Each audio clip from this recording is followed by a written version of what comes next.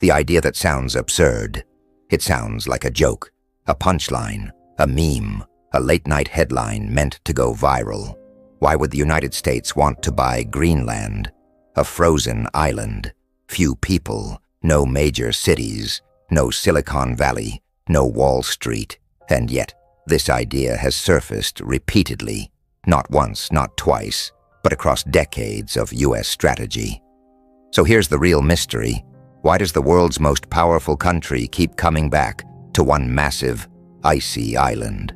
The answer has nothing to do with tourism, and everything to do with power, survival, and the future of global dominance. Setting the stage. Greenland is not empty. Greenland looks empty on a map. But maps lie. Greenland sits between North America, Europe, and the Arctic, directly in the path of global trade routes, military flight lines, and undersea cables. For centuries, it looked useless, ice-covered, inhospitable, economically irrelevant. But history has a habit of changing the value of land, and Greenland's value has been rising quietly, while no one was paying attention. Origins. The first time America tried. The U.S. interest in Greenland didn't start recently. After World War II, the United States was reshaping the global order. Europe was destroyed. The Cold War was beginning. Nuclear weapons changed everything. Suddenly, geography mattered more than ever. In 1946, the U.S. officially offered to buy Greenland from Denmark. Why?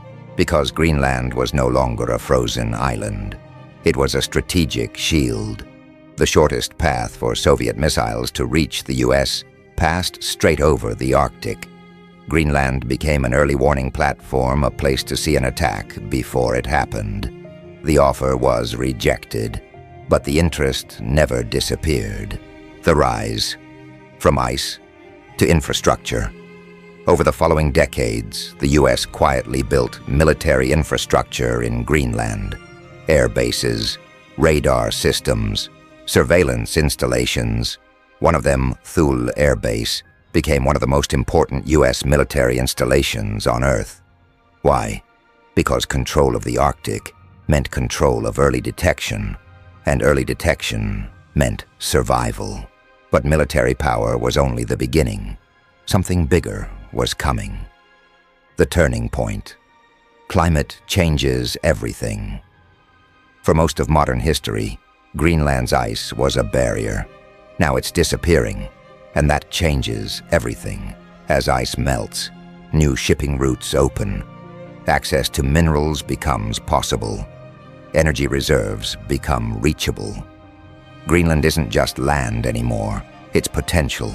Rare earth elements, oil and gas reserves, fresh water locked in glaciers. In a world running out of resources, Greenland is no longer frozen, it's priceless. The breaking point.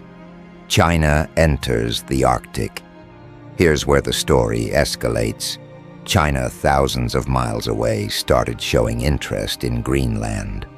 Investments, infrastructure proposals, mining deals. Suddenly, Greenland wasn't just a Danish territory. It was a chess piece. The U.S. realized something dangerous. If it didn't secure influence in Greenland, someone else would. And in geopolitics, influence lost is power lost. This is when the idea of buying Greenland resurfaced publicly and awkwardly, not as a joke, but as a signal. The fallout, why the idea sounds ridiculous. When the idea became public, it was mocked. Late-night shows laughed. Headlines ridiculed it. Politicians dismissed it. But that reaction missed the point. The U.S. wasn't trying to buy ice. It was trying to buy strategic depth, resource access, Arctic dominance, long-term security. Buying land sounds old-fashioned, but geopolitics never stopped being about territory. It just changed the language. Failed fixes why money can't solve this. The problem is simple. Greenland is not for sale. It has its own people, its own politics, its own growing desire for independence. Buying influence through money alone doesn't work anymore. China learned that. Russia learned that. Now the US is learning it too. Power today requires presence, partnership, and patience, not just cash. Modern parallels. The Arctic is the new frontier. What's happening in Greenland is part of a larger pattern. The Arctic is becoming a trade corridor, a military frontier, a resource battleground. Russia is building bases. China calls itself a near-Arctic power. NATO is repositioning. Greenland sits at the center of it all, once ignored, now unavoidable, just like oil in the Middle East a century ago. The real reason it was never about buying. The US doesn't actually need to own Greenland. It needs to ensure that no rival controls it.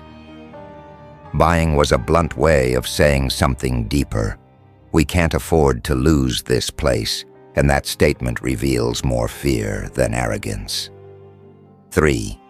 Clear takeaways. 1. Geography never loses value. Technology changes. Maps don't. 2. Climate change is reshaping power. Melting ice creates new winners and new conflicts. 3. Influence matters more than ownership. Control doesn't always come from flags. It comes from presence. Final warning. The ice is melting. So is stability. Greenland's future will shape the Arctic. The Arctic will shape global power. And global power struggles rarely stay cold for long. What looks like a joke today often becomes tomorrow's crisis. Call to action. If you want to understand why powerful countries make strange decisions and what they were really afraid of, subscribe.